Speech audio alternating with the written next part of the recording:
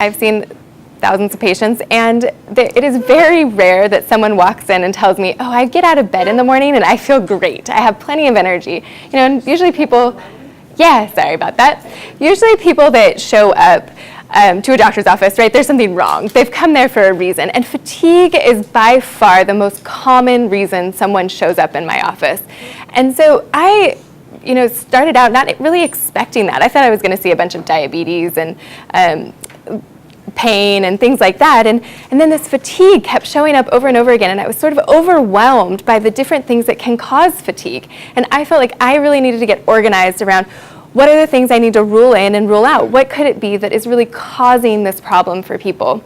And I would go to conferences and, one expert would say it's mitochondria, and then another expert is going to say that you need hyperbaric oxygen therapy, and somebody else says it's your trauma from your childhood. And so where do you start? Where do you start? And so that's why I've put this talk together, is to help you to organize through the different things that may or may not be contributing to your health and you reaching optimal health and optimal energy levels so that you can do the things that you want to do with your day. So my goal is that you leave feeling organized around this, that you know what kind of testing you could ask your doctor for, what potential treatment might be helpful for you, or maybe there's something you haven't even considered in terms of a cause, and there's a really obvious explanation, and you can either put that into your life or take it out. So I'll definitely leave some time for questions at the end, but stop me along the way if something comes up, and I'll be happy to answer. So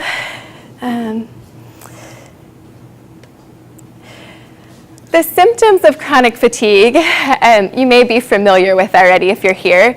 One of the biggest ones that I hear people talk about is brain fog, or down at the bottom, this loss of memory or ability to concentrate. People will literally describe to me like they're walking through a fog, through a cloud, and maybe even like there's a spider web attached to their brain. I hear great examples and great analogies for how this feels, but it really is a struggle to get up and go to work, to remember, to pick up a kid from soccer practice, or what you need to do when you get to work after checking emails, right? What are these things that I need to get through and really function through my day if I can't remember them?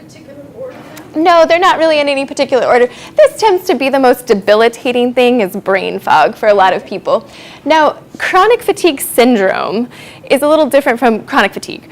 Chronic fatigue syndrome is a diagnosis of exclusion. So doctors will come to this after they've run a bunch of panels and basically found that nothing is wrong with you, right? They say, oh, nothing is wrong. And if it's a kind doctor, they'll say you probably have chronic fatigue syndrome. And I don't really know what to do about it. If they're not as kind, they might say, it's all in your head. Do you want some antidepressants? Most people have had an experience like this by the time they show up in my office. And part of the reason is that there isn't an obvious explanation. And I think part of that is that there are multiple explanations. It's not always one thing. But classic chronic fatigue syndrome symptoms, and also chronic fatigue symptoms, exertion causes fatigue. So if a friend of yours goes for a swim or goes for a hike, they feel like they have more energy that afternoon or evening. For you, you're struggling for days to recover. You are paying for it after any sort of exertion. Or you have people over for dinner and the next 3 days you can't get out of bed.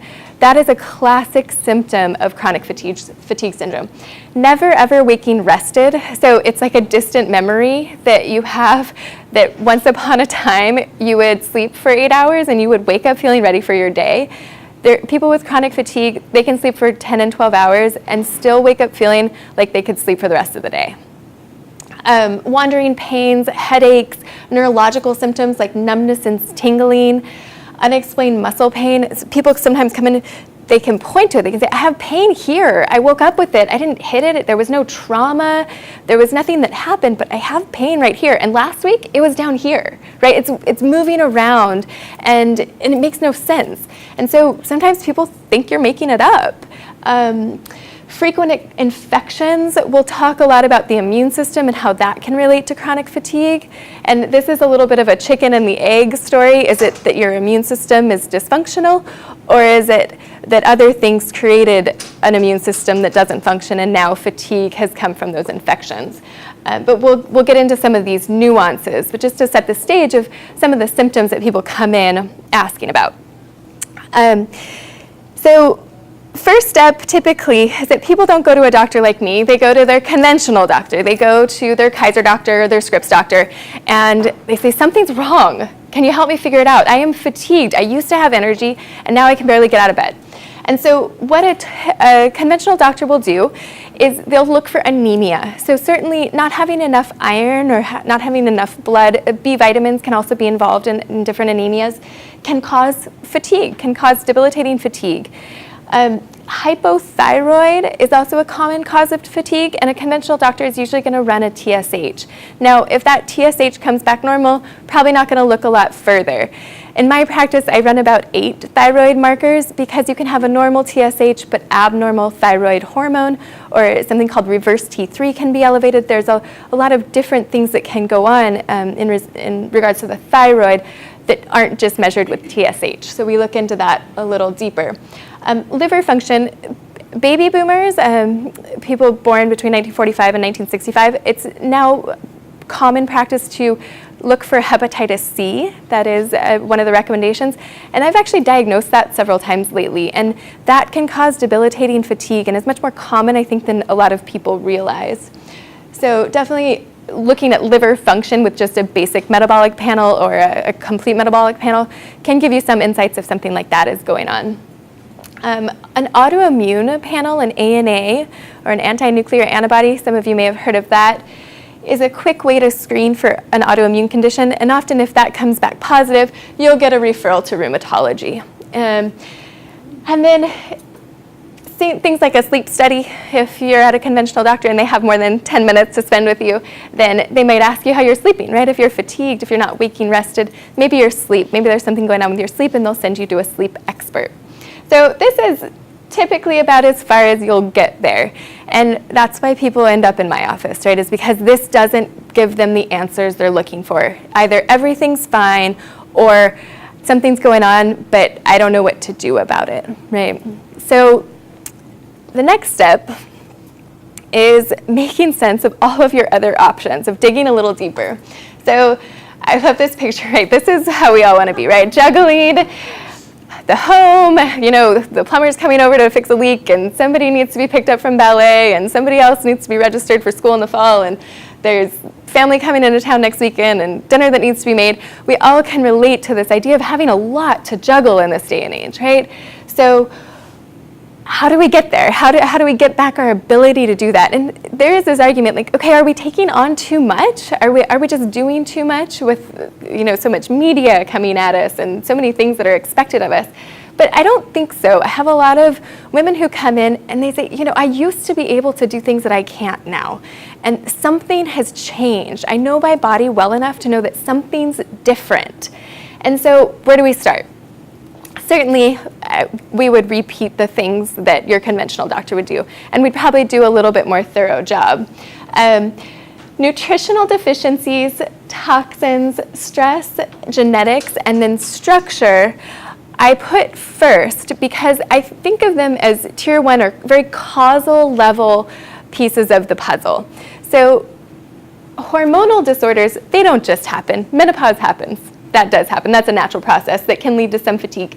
But most hormonal disorders, whether they're hypothyroid, thyroid hormone disorders, or other sex hormone disorders, these are secondary to something else, to maybe a toxic exposure or a nutritional deficiency, right? If we don't have the nutrients we need, like cholesterol, it's the backbone of our sex hormones and stress hormones, if we don't have enough nutrients, if we don't have enough fat, then we won't have enough of the building blocks that we need to make hormones, and we'll have a deficiency and a dysfunction that can lead to fatigue. So those top 4 or 5 for here with nutritional deficiencies, toxins, stress, genetics, and structure, 5, those are really causal level and can lead to downstream effects that can also be causing fatigue, but if we start to put Band-Aids on your hormones and Band-Aids around infections, we don't ever really get to the root cause.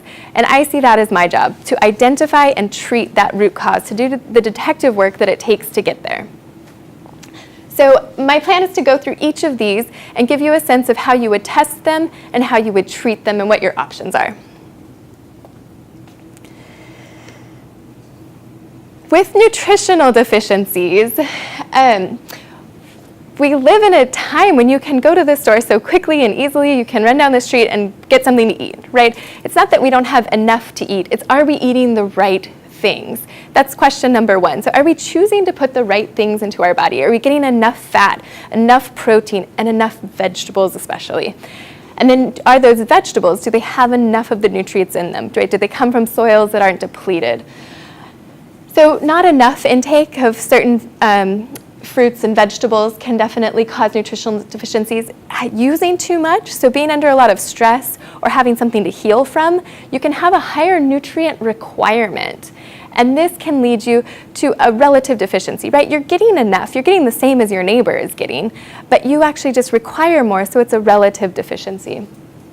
Then, after you choose to eat enough and to choose to eat the right things, if your gut does not digest and then assimilate what you've chosen to eat, then you can still end up with a deficiency, right? Because we're all just glorified donuts. There's a hole in the middle, and it's not really in us until it's past that gut barrier. And if we don't have the enzymes that are necessary in that gut lining that is intact to let us choose to bring the right things across that barrier, then we may not have enough nutrients in our body still. And then the ability to eliminate what doesn't serve us is also very, very important in terms of having the right amount of nutrients, and certainly not too many toxins, which we'll get to next. In terms of testing, you can look both in the cell, so again, things have to cross the gut barrier. Now they need to be distributed throughout the body, and then they need to get into the cells. And sometimes there is an issue with that. Sometimes we have problems getting the right nutrients into the cell, and that can be genetic and happen in a few different ways. But we can measure this. You can also look at the blood, and that's in the extracellular space, so outside of your red blood cells and your liver cells and your heart cells, your muscle cells. Outside of those cells, you can look for the amount of nutrients and basically assume that enough of that is getting across those barriers. Treatment options include changing your diet. A little earlier ago, we were talking about paleo diets. There's GAPS diets and FODMAPs diets and Atkins diets. You know, there's a long, long list of diets that a lot of us have tried and explored. There's the Whole30 diet. I'm actually a big fan of that one right now. So there's diets that we can use to help heal the gut, to help to reduce nutritional deficiencies. We do an 8-day cleanse at the Center for Advanced Medicine where I work, and we guide people through an 8-day cleanse where you get lots and lots of nutrients and take out a lot of the junk. And then see, at the end of that 8 days, it's a great both test and treatment to see how much of what you're experiencing in terms of your symptoms is related to the food you're eating. And then certainly supplements are something that we can use to increase the amount of nutrients, as well as IVs. So anybody who has problems in their gut, things like Crohn's, colitis, other pretty severe GI tract conditions, a lot of times we need to just go around the gut. We can't really depend on the gut to absorb the nutrients that it needs, so we can do nutrients via IV. And then, again, going back to the gut, treating the gut. With nutritional deficiencies, we definitely need to get to the gut. I had a patient come in just last week who was complaining of fatigue, and she told me, you know, years ago, I saw someone at Sprouts and they gave me a B12 injection and I felt so much better afterwards. So I said, why not? Let's do it right now. We've got some in the other room. So I drew up a B12 injection. She said that early on in the visit. I have a 50-minute visit, so this is great, right? I can give her an injection at the beginning of the visit and I can ask her an hour later, how are you feeling? Sure enough, she came in feeling like she was a 2 or a 3 out of 10 in terms of energy. She left at a 5 or a 6. So it wasn't perfect, but man, for that much difference, why not? Why not? And you can do kind of similar to the IV, an intramuscular injection goes around the gut. And B12 is certainly one of those things that's a little bit more difficult to absorb across the gut. So you want to do either IM or IV B12 sometimes, or sublingual is another option. So one not to miss. And certainly We all know that too much nutrients can cause just as big of a problem, right? Diabetes is too much sugar. There are lots of disorders, in fact, even imbalances in different nutrients, too much zinc and not enough, or excuse me, too little zinc and too much copper can cause depression and anxiety. I have trained under a doctor named Bill Walsh, and it's actually one of the most profound systems of medicine that I brought into my practice since starting. And his work looks at these different nutrient balances, and the zinc and copper ratios, methylation, both under and over methylation, are big influencers in terms of our neurotransmitters and our mood. So there's a lot, we could do an hour-long talk just on nutrition, certainly, and hopefully there's someone in the series that is slated to do that. So toxins. I had a patient come in last February, about a little bit more than a year ago, and he is in his 50s, great relationship with his wife, their kids are off in college, and he's fortunate enough he's been able to retire in his 50s, and they're just going on trips to Cabo. They have this wonderful, amazing life that everybody would want, right? But his dad struggled with heart disease, and so he comes in every year religiously and gets his labs checked to make sure that his cholesterol levels look good and he's not at any risk. And for the most part, he hasn't been. He does a great job with nutrients. His wife is on board. Everybody's very health conscious in their family. So he came in last February and he's like, man, I have this debilitating fatigue. I don't know where it came from. I can't get out of bed. And he didn't want to exercise anymore. And he's been an athlete for a long time. And we scratched our heads and said, well, what could it be? And he was interested, and we talked about his diet, and we talked about, his exercise. We talked about how much he was sleeping and how that was going, and should he go for a sleep study, and what else could it be? So we ran a bunch of tests, and his environmental chemical test came back, and it looked like he had basically been drinking Roundup, and then rolling around in a golf course, and then getting in the pool. It was just radically high. It was like at 1,100 times the amount of a normal person. Now, we live in a pretty toxic world, right? So there's herbicides and pesticides, and it's pretty hard to avoid them, 100%. But he was at 1,100 times what a normal person looks like, who's like you and I, that eats, mostly organic. And so he came back in, and I was like, what happened? Did you move next to a golf course? Did something change in your water supply? And no, the whole house is on reverse osmosis, and it's definitely not that. And okay, talk me through what you're having every day. And he had told me green juices. He is juicing kale and spinach and all this stuff. What he had left out was that he was getting them from Whole Foods.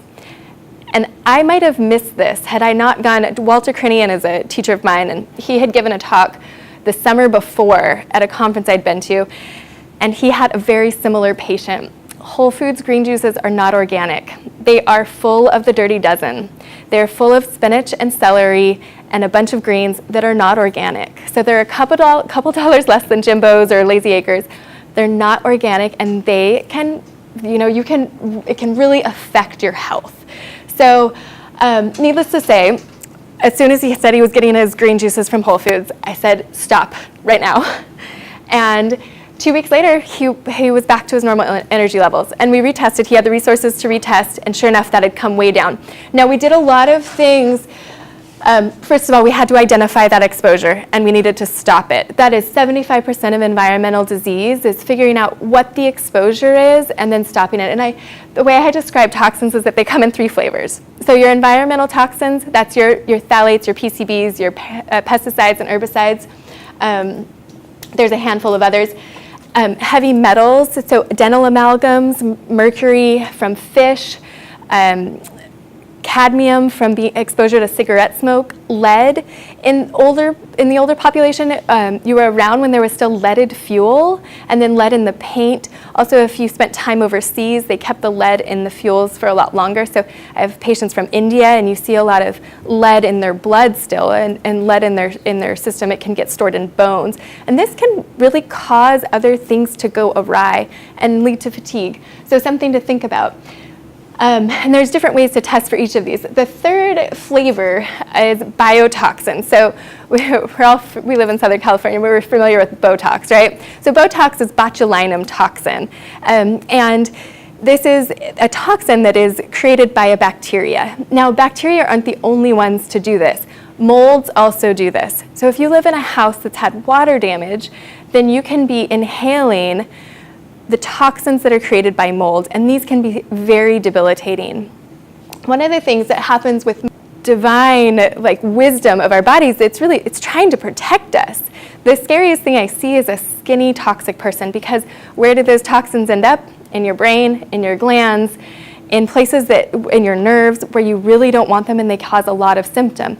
If your body's storing those toxins in fat, then they're relatively harmless until you start losing weight, right? And then we're redistributing them, mobilizing them, and we need to do a really good job protecting your liver and getting them out of you, making sure that we don't only mix them up and stir them around, but we get them out, you eliminate them.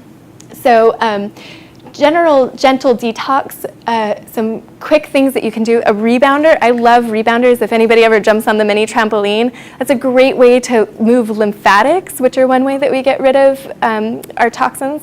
Certainly having a bowel movement every day is one of the most important things.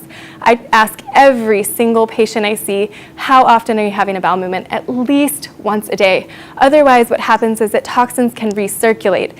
So your liver spits out a toxic sludge that we call bile into the intestines, and if you don't evacuate your bowels, then you can just reabsorb a lot of those toxins. So those toxins are going to go back into the blood, go up to your brain, go to your toes, go back to your liver, and your liver has to do all that work all over again. So really important that you're having a regular bowel movement, and if you're not, you see somebody and figure out how to make that happen right away. Some other general detox tips, sweating. So our skin is our biggest organ. Sweating and getting toxins out through the skin is a fantastic way to get them out, to fully eliminate them. Now, an important piece to this is to take a cool shower afterwards. And if you can't, I had a patient recently who just absolutely couldn't. She's like, I don't want to have wet hair after sweating and all of these things. So she just took a damp washcloth that she had with her, because you don't want to reabsorb those toxins, so you really want to get them off of your skin once you've sweat. Testing, I'm jumping around a little here, but testing, what we do with a lot of these tests is we want to provoke them. So provocation means stirring it up, getting them out of the tissues where they're stored, whether it's your liver or your fat cells or your bones. We need to move them out of there. So with heavy metals, we use a biochemical magnet called a chelating agent, which we use via IV, and that goes in and it pulls those things out of the places where they're stored, and then you pee them out. With mycotoxins, we use something called glutathione, which is a great detox and antioxidant agent that you can get in supplement form. And that helps to just upregulate your body's systems that naturally get rid of those toxins. And then we test those in the urine. So like I said, really, really important is finding and eliminating that exposure. ET&T, we're really, really lucky in North County and San Diego in general. ET&T is Environmental Testing and Treatment. ET&T.com is their website. And they can come in and look in your house for all types of toxins that might be present. That's really, really important, is to identify and eliminate that exposure. So, stress can cause disease, right? So we're talking about balance with all of these things. Too much or too little of anything can really throw things out of balance, and certainly too much stress is a problem. Now, there's an equation here that everyone has to figure out for themselves. We all have stressors, and I think we've all seen two people who go through relatively similar experiences and have entirely different reactions to them, right? So we need coping mechanisms and coping strategies. And again, living in San Diego, we have a lot of great resources. And so if anyone needs a referral for, say, a therapist or someone to help you with stress management strategies, please don't hesitate to ask. So finding ways to manage stress, certainly exercise is a good one for me. Other people meditate, prayer, community, having good relationships. All of these things are really important to coping with whatever the stressors are that come up.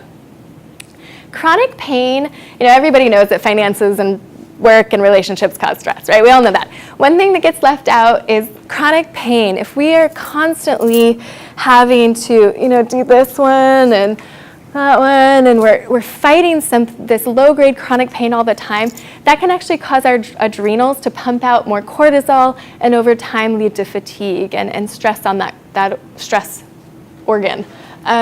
So the way to test that, certainly the adrenal stress index is a good look at that. It's salivary cortisol that we look at 4 times throughout the day because there's a natural rhythm, and that can be thrown off very easily if we're under extreme amounts of stress.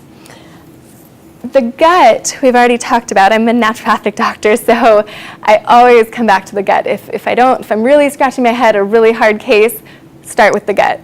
And the way that the gut is related to stress is that we need to be in a rest, digest, and heal state in order to digest. So we are not going to get the nutrients out of the food that we're consuming if we're not in that state. And if we're stuck in a fight, flight, or freeze state, we can't get back to that rest, digest, and heal, we don't have balance in that parasympathetic nervous system, then we won't create the enzymes that we need to break our food down and then absorb it. We also won't create the peristaltic activity that we need to get all that food nutrients through our gut. So that's certainly a really, really important piece of the puzzle in terms of managing stress. We need to do that so that we can get those nutrients from our food, and that's not turning into a vicious cycle. I had a patient recently who, one of the most heartbreaking stories that I hear is when a parent loses their child, and the stress that comes with that is just absolutely heartbreaking and unbearable. And so a mom came in, and she had lost her daughter a couple years before and really had not recovered. It was affecting her work. She had quit her job. It was affecting her relationship. It was affecting her relationship with her other children. And she really, really was struggling. And she had been to therapy, and she's great. She said, who else can I go see? Is there another therapist? Is there something else? And she was really hungry to find a solution. She was very solution-oriented. Like, what do I do next? And so we tried a lot of things. And about 6 months into our relationship, I said, I have something called NAD plus IVs. And this is a form of vitamin B3. And to be fair, it is awful. It feels terrible. It's 3 days of pretty much misery. And it's 6-hour days getting an IV, and I've had them done, and it's this sensation of like burning. If you've ever had niacin, it's kind of like a niacin flush. And you just want to rip the IV out. It's terrible. But she came back 2 weeks after doing this. I know I'm not selling it very well.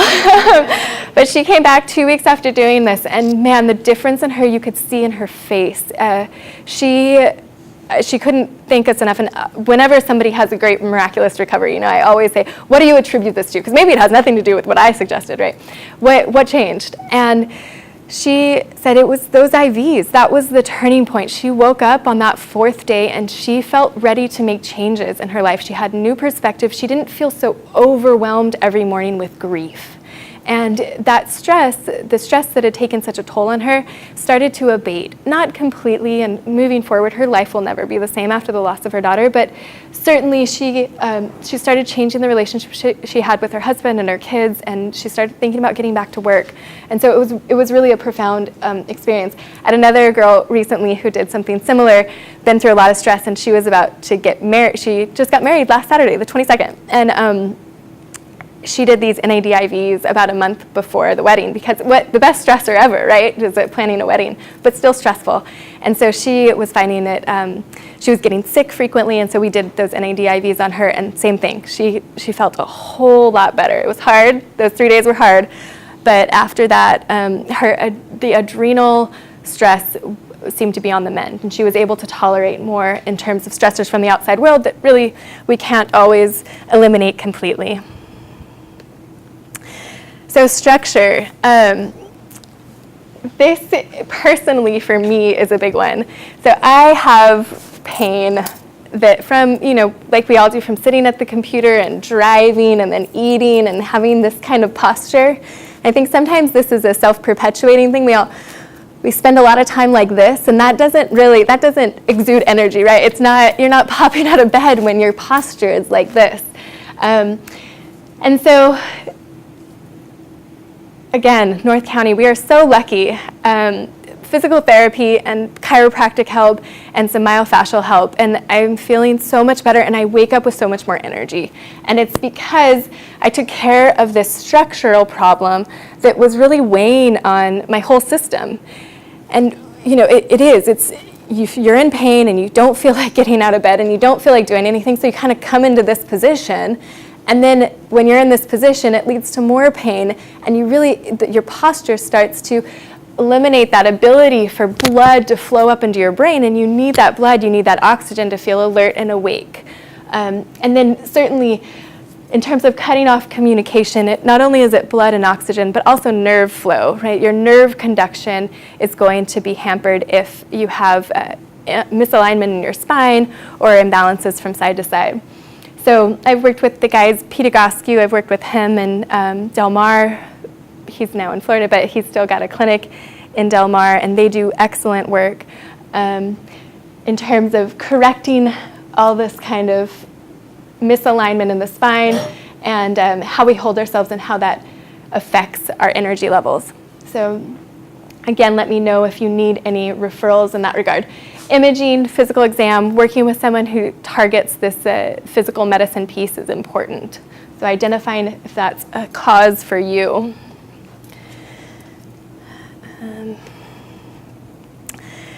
Genetics. Who's heard of the MTHFR variant? Has anyone heard of that, MTHFR? MTHFR? No? Okay, so this is kind of a sexy thing in the alternative medicine right now, is what do your genetics look like? And we can run your SNP. So 23andMe, has anyone heard of 23andMe? Yeah. So a lot of people are looking at it for ancestral reasons, like, okay, where did I come from, right? 23andMe also looks at what they're looking at are single nucleotide polymorphisms. And genetics is not quite that simple. It's not as simple as just one thing being switched. Really what I believe that we need to do is look at sequencing. So genetics doesn't happen in one letter pairings. It happens over the course of base pairs, many, many, many base pairs that code for a protein or for an enzyme or for something like that. Now, this is real. If you have a genetic variant. Now, bearing in mind that we're all miraculous beings, right? The fact that we're here is a total miracle genetically. We all made it this far. But if there are variants, and I hesitate to call them mutations because they're not mutants, right? They're variants on a spectrum of there's lots of variability between us, and that's part of the beauty, right? So if we can find those variants that maybe are causing some sluggishness in a system, and this is, that's not very clear, but this is the citric acid cycle, and if you can remember way back to biology, the citric acid cycle is how our cells get energy, or ATP. It's the fuel or the currency of each of our cells, whether it's a heart cell or a muscle cell or a brain cell. We need fuel to make all of these systems go. And if there is an enzyme, so to get from isocitrate to alpha-ketoglutarate, there's a biochemical transformation that has to happen, and that requires an enzyme. And if we don't have the gene sequence that codes for that enzyme, or if it only codes for it, but you don't get that much of it, you get maybe a third or a half of what everybody else gets, then there can be a real slowdown in the energy that each of your cells creates. And you can imagine that if each of your cells can't create energy, then you have a hard time having enough energy, right? So this doesn't happen all the time. And I really believe I've spent a lot of time understanding genetics, and I haven't seen it be as clinically relevant as a lot of people hoped. But I know that it is structural. Molecular structure is causal. There are genetic diseases, and I know that as we find more and more and more out about these single nucleotide polymorphisms, or the SNPs, and the sequencing, as we're able to do the sequencing and look at those genetics more, we will have more and more to offer from the medical community to patients struggling with fatigue. I'm sure of it. Right now, I typically run this cortigen test On patients with autism, on the autism spectrum, usually it's younger kids who are experiencing chronic fatigue and disabilities, learning disabilities, and on that autism spectrum. If it usually comes up a little earlier. This isn't the fatigue that you get in your 70s, right? If it's a genetic thing, you're usually hopefully finding out about it a little earlier than that. I still think that the environment, what you choose to put in, how much you sleep, how well you manage stress, how much you exercise, those are by far much, much more important than your single nucleotide polymorphisms. So I love digging into this. You know, I'm a scientist and I'm curious about genetics. So if you've done your 23andMe and you want me to interpret it, I would more than be happy to do that. Although I don't see it be as clinically relevant as I think it will be in about 10 years or so.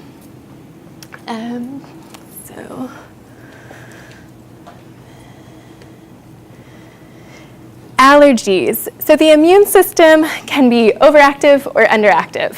And in the case of allergies, as well as autoimmune disorders, the immune system is overactive, right? It's responding to things that are not necessarily an invader. If this isn't a bacteria or a virus that might cause an infection, right? This is a pollen or a grass or dander.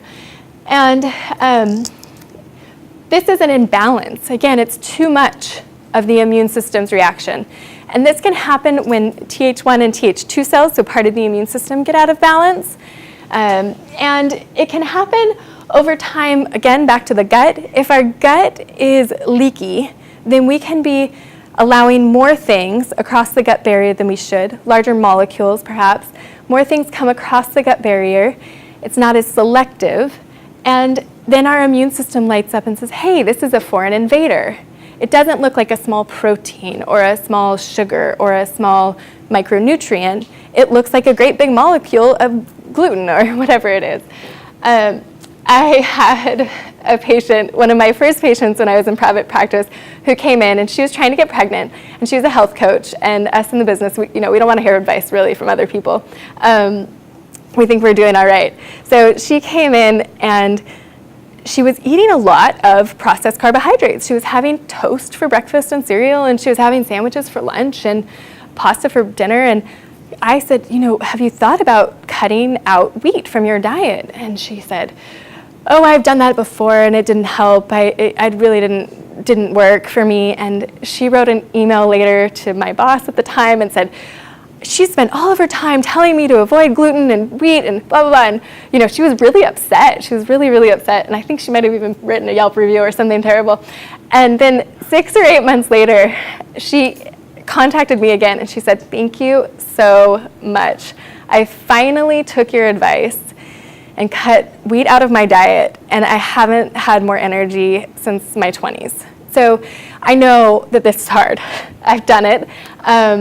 It is not easy to cut our staples out, right? Our breads, our pastas, and it's not necessary that everyone do that. I think everyone should try it for a little while and see how they feel. But identifying food allergies or sensitivities is important. I think it is really one of the foundations of good medicine, is identifying what are the things that are triggering you, and foods can be one of them. At the Center for Advanced Medicine, Dr. Dave Nelson, he offers a biomeridian scan, which is one way to look for them. There are blood tests that look for different types of immunoglobulins.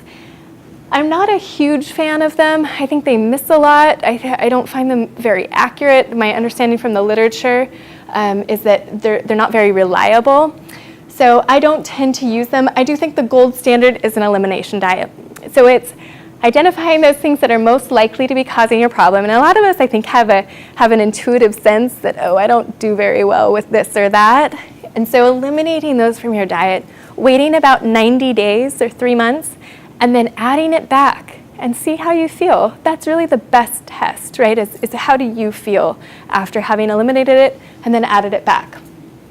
Treatment options, certainly NAET is I can never say her name right, so I'm not even going to try. But if you look up NAET online, it's an allergy desensitization that, again, Dr. Nelson at my office, he does those. Antihistamines, they're both pharmaceutical and natural antihistamines. So vitamin C is a great one, and so is quercetin. Those stabilize mast cells, MAST cells, which release histamine. That can be helpful.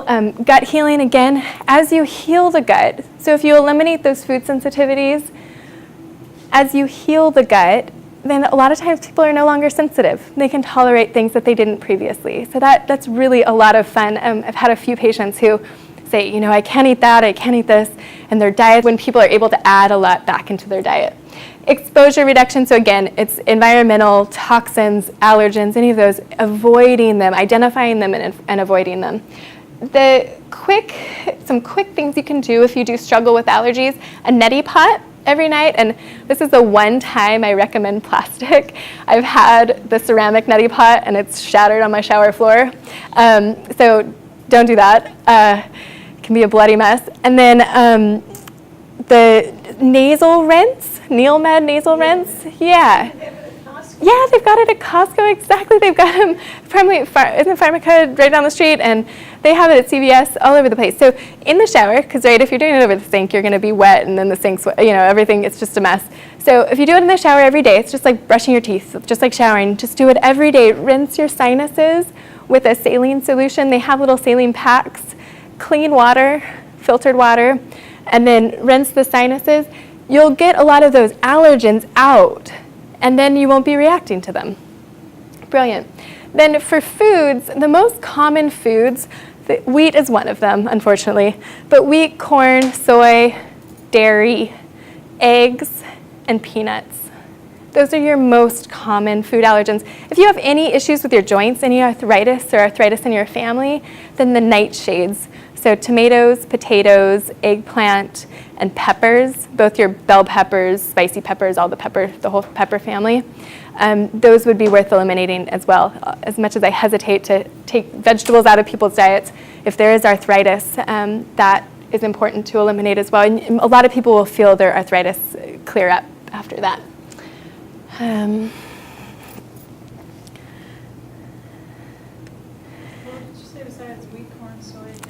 Yeah. So corn, soy, wheat, dairy, eggs, and peanuts.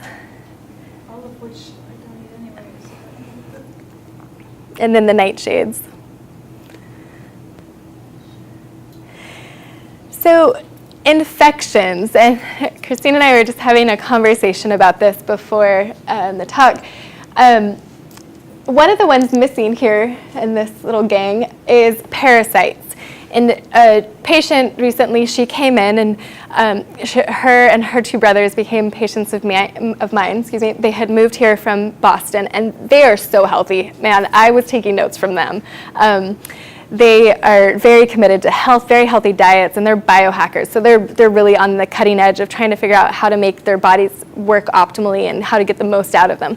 And she was doing some intermittent fasting. She was doing all of these great things that should be great for your body, and she still was fatigued, and she had a stressful job, so she quit her job. She was like, I'm committed to health. She had moved to San Diego. Her and her brothers had moved to San Diego to really focus on their health. And so she quit her job and just totally focused on health, and she still was like fatigued, and her gut she had gas and bloating, and she had gone to Canyon Ranch, which is this beautiful, amazing health retreat, and I think her parents had sent her and spent a lot of money, and we thought, okay, they must have done this amazing workup. They must have looked for everything, right? Why is she still fatigued? Why does she still have this gut stuff going on? So we did a stool test. And this is not glamorous. It's 3 days of collecting your poop, right? It is not fun. Nobody wants to do it. And it costs, it costs the money out of pocket. But what came back, she had Giardia. She had a parasite, and it had probably been there for years. And if you think about fatigue, right, if somebody else is eating your food, you're not getting your nutrients, then you're going to be fatigued. And we treated it, and 2-3 weeks later, she was in her 20s, she said she hadn't felt that, she didn't know she could feel that good. She just didn't have a memory of ever feeling like she'd had enough energy, and she hadn't had stomach pain and stomach problems, right?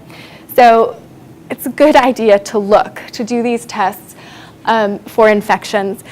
Now, Did she find out how she got it? Yeah, great question. The health department contacted me, wanted all the notes, and they were like, where did it come from? I think she'd had it for years. Yeah, I think she'd had it for years. Raw fish camping, I think camping is a common time when people would get it. They did go to Mexico, but she had had these problems going on for probably 10 years, since high school. So I don't know exactly where she got it. It's a great question. Yeah? If you're treated for it, can it still linger there unnoticed? That's a great question. So with parasites, after you treat them, can they linger? So parasites have very complicated life cycles, right? They have a cystic form, they're in eggs, and then they have adult forms, and and certain medications will treat them in one form, one life stage, and not in another. So how do you know if they're all gone, right?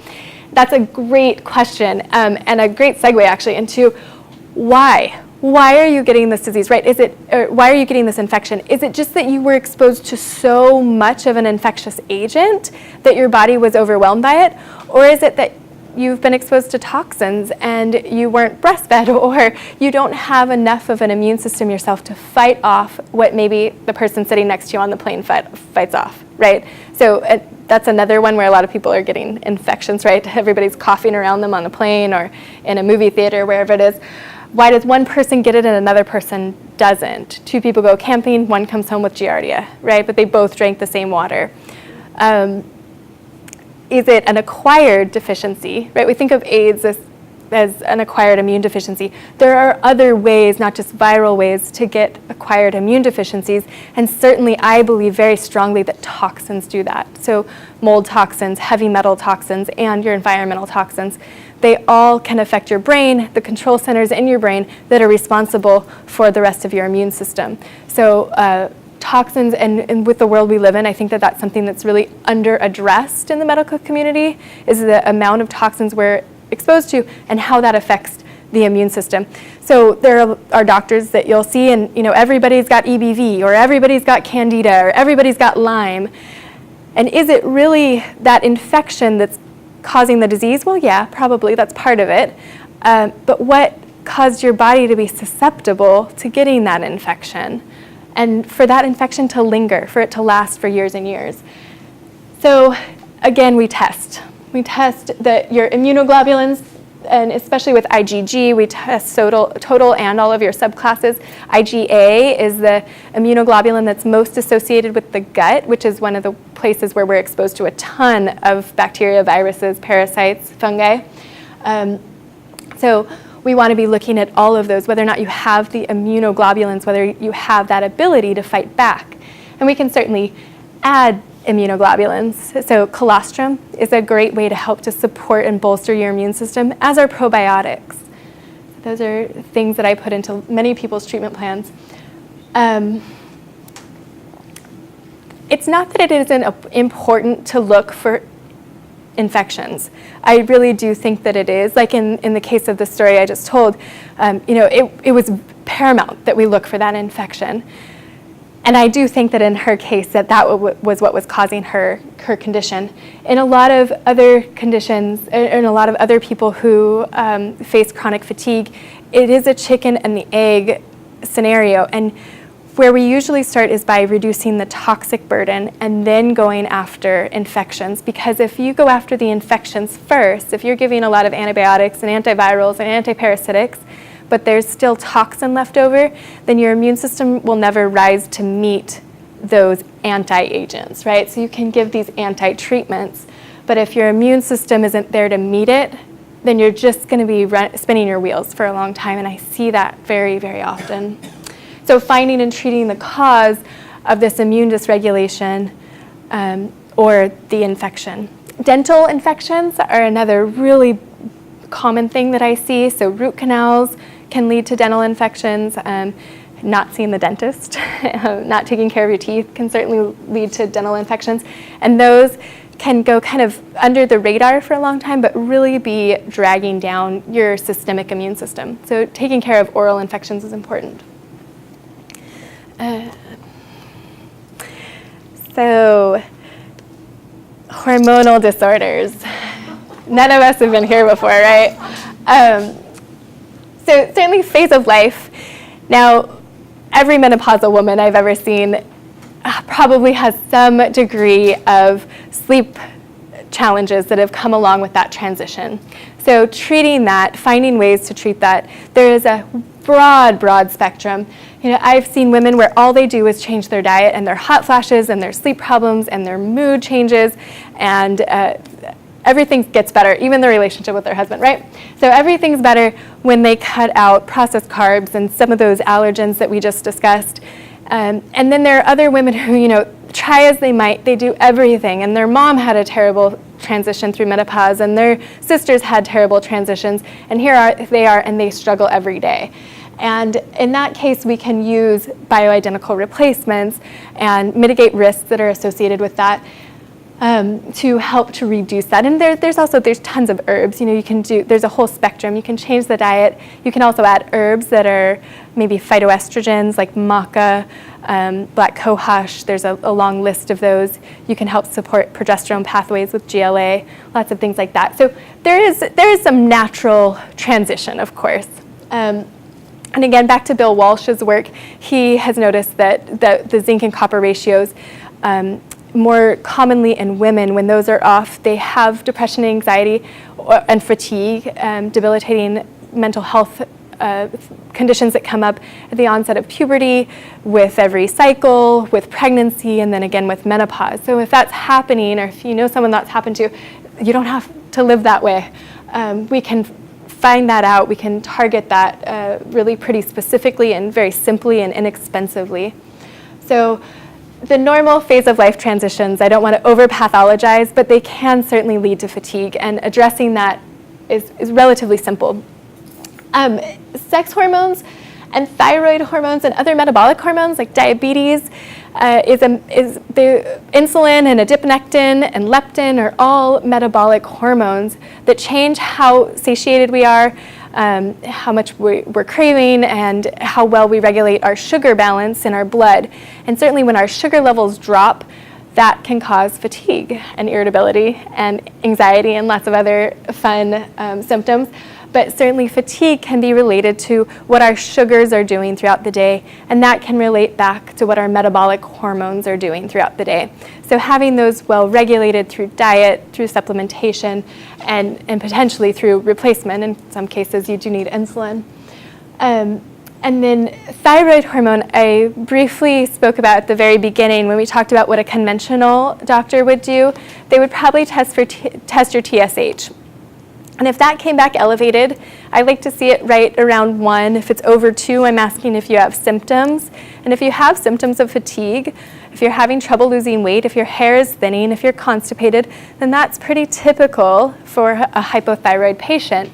And I'm going to run a much more thorough panel that includes both free and total T3 and T4, your thyroid hormones, and both of the anti-thyroglobulin and anti-thyroperoxidase, anti-TPO, anti-TG, and then reverse T3. And all of these give us a much more robust look at what your thyroid is doing, both what your brain is telling your thyroid to do in terms of making hormone, and then what your immune system is doing. So again, we're in San Diego, we're so lucky. Dr.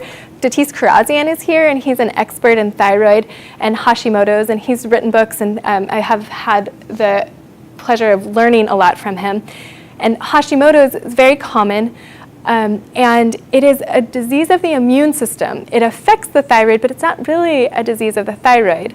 So taking that step back, going back a couple slides to the thyroid, why is it overactive, to the immune system? Why is the immune system overactive and attacking these enzymes in the thyroid? What do we need to do to create balance in that system versus just giving thyroid medication, right? Because sometimes you get caught in that cycle of it's not enough and now you need more and then you get too much, and that can be a big stressor and contribute to even more chronic fatigue. Yeah. What's your opinion on DHEA and pregnenolone? Pregnenolone and DHEA? Yeah. So as you age, my opinion is it depends on the person, right? So I'm a fan of testing and getting a lot of data. And so I use blood markers. Some people will use salivary, and if it's something really complicated, then I will go towards salivary. But for the most part, for a postmenopausal woman or for a man, anybody who's not cycling, then you can do blood markers. And if someone is low in DHEA, when I was a student, we had a patient who was in his 80s, and we put him on 25 milligrams of DHEA every day. And man, he came to life. He was gardening, and his relationship with his wife changed, and they started planning trips. Like all of a sudden he had energy again. So DHEA is one of the sex hormones. It's the precursor to testosterone. It's an androgen, and it's associated with energy. So is testosterone. Yeah. Pregnenolone is going to be another kind of precursor hormone. So cholesterol is sort of at the top of this chain. You need enough cholesterol, and a lot of doctors will tell you have too much, right? I aim for most of my patients, I like to see their total cholesterol between about 200 and 250, because if you don't have enough, right, and every other doctor is going to flag you over 200. So, if you're at 180, I don't mind that. If you're down at 130, down at 140 on statins, I expect you to be depressed. I expect you to not be healing very well, and I expect you to have zero interest in sex.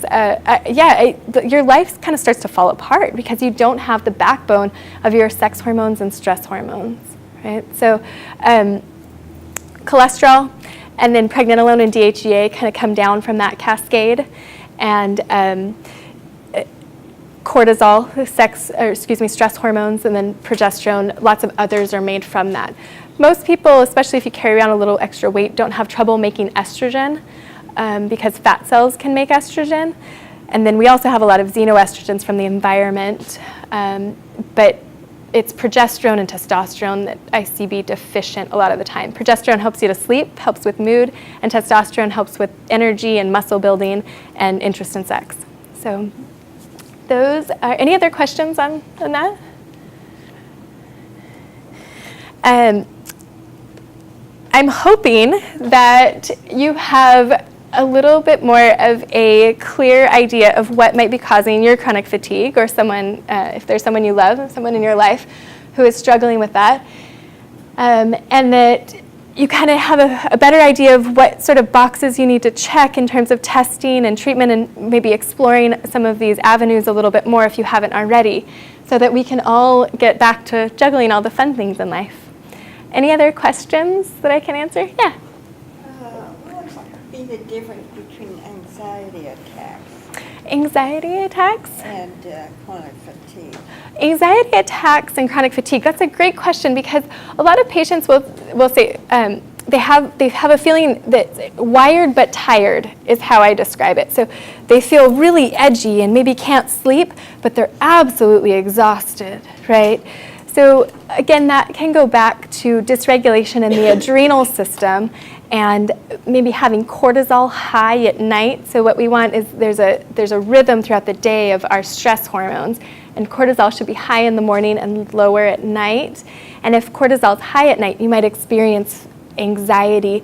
Now, other neurotransmitters as well can do that, and sometimes it's definitely an imbalance, right? You may have too little of the things like GABA, melatonin, and serotonin, which helps us to relax, or too much of things like cortisol, epinephrine, norepinephrine, potentially even dopamine. It kind of goes both ways. So if you have dysregulation, either too much of the ones that are excitatory and that can cause anxiety, or too little of the ones that help to relax you, then that can cause anxiety. And certainly that can turn into fatigue, because with anxiety you don't sleep. Does that answer your question? Yeah. And then Dr. Walsh's work as well, he wrote a book called Nutrient Power, and he talks a lot about how nutrients affect your neurotransmitters in that way, and how anxiety is related to nutrients. And that might be a good resource. What does that horrible IV you were talking about do? Is it go through your system and flush things out, or what does it do? Great question. So the IVs, I prepare each IV formula for the patient. So it really depends on what your labs are looking like and what you need. I told the story of the woman who lost her child, and she used an NAD plus IV, so that's a form of vitamin B3 that's really helpful. It's actually been used, there's a doctor here in Carlsbad who uses it to help people who are struggling with addiction, and we use it really at much lower levels, lower doses, to help people with fatigue. So that's one IV that we have on offer. We have lots of nutrients that are available too, B vitamins, things to help the liver, lots of minerals. A lot of people, as they get their electrolytes are depleted, if they're in the sauna and they're working out a lot, or for whatever reason they get their electrolytes imbalanced, then we can give electrolytes that help to balance that out. We've got vitamin C. High-dose vitamin C can be used to fight infections. Is it like a supplement or a flush or just? So it depends. It just totally depends. So some people will do, for the chelation IVs, that's a flush. That's a quick push. I do not think that you should be eating fried foods every day. I think good, healthy fats, lots of coconut oil and olive oil, sunflower oil, avocado oil, all of even butter and ghee, I think, are great ways to have good, healthy fats and not too much of the, your fried foods, stuff like that. Yeah. What if it's under 100? Oh, which number is under 100? Total cholesterol? I think it's total, yeah. Total cholesterol under 100 that's a deficiency. That's a frank deficiency that I would be very, very concerned for that person. They do not have enough of the backbone needed for day-to-day metabolic function. Yeah. That person needs a doctor. Yeah. What's the medical thought as of now on fecal transplants? Great question. So fecal transplants. For chronic fatigue, Dr. Perlmutter, I saw him give a talk in Vegas in December, and I think that he said that fecal transplants pretty much cured any disease that was out there. I don't know, to be honest. Dr. Perlmutter wrote Grain Brain and another book, and he would be a good source on that, and I'm sure he's got blogs and a fancy website. He's got a lot going on. So I think it would be relatively easy to Google him, fecal transplant and Perlmutter. I think it's Perlmutter, Perlmutter, something like that, and Grain Brain. And he has more recent publications that definitely speak exactly to that question about fecal transplants and chronic fatigue. Now, I know if Crohn's, colitis, dysbiosis, if there's a lot of gut dysbiosis, so the imbalance in the good gut flora versus bad gut flora, if that is causing your fatigue, certainly fecal transplants would be something to consider in terms of your list of treatment options. Barring that, I'm not really sure. Yeah. So your clinic doesn't go into those things? Do fecal transplants? No. Last I heard you had to go to Australia or Canada to get a fecal transplant. I'm not sure, that may have changed, but the patients I've seen who have had fecal transplants have gone overseas to get them. Yeah. They are doing them here. For C. diff, yeah. For C. diff only. Thank you for correcting that. Yeah, so there is a very narrow window of diagnoses. There's very few diagnoses where it is approved for use in the U.S. So if you have like a Crohn's or colitis or something else going on, then you do have to go somewhere else. How do you know what good poop is? What good poop is? Yeah.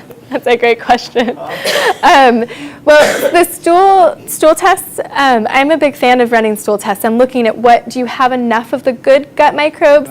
Do you have too many of the bad ones? Or do you have some that are maybe okay, they're not great, but if they're not at high levels, maybe they're okay? Do you have a lot of yeast? So Do you have is that parasites? who you're going to? You screen all these people and you find the most opportunistic stool or the most healthiest stool out there or something? And you're In trying to get terms- these guys to donate to, Oh, how do you do that? So I'm not involved in selecting donors for fecal transplants. I do not know how they do that. I'm sure there is an extensive process, and if you've never taken antibiotics, you might want to offer yours up and see if they'll pay you some good money for it.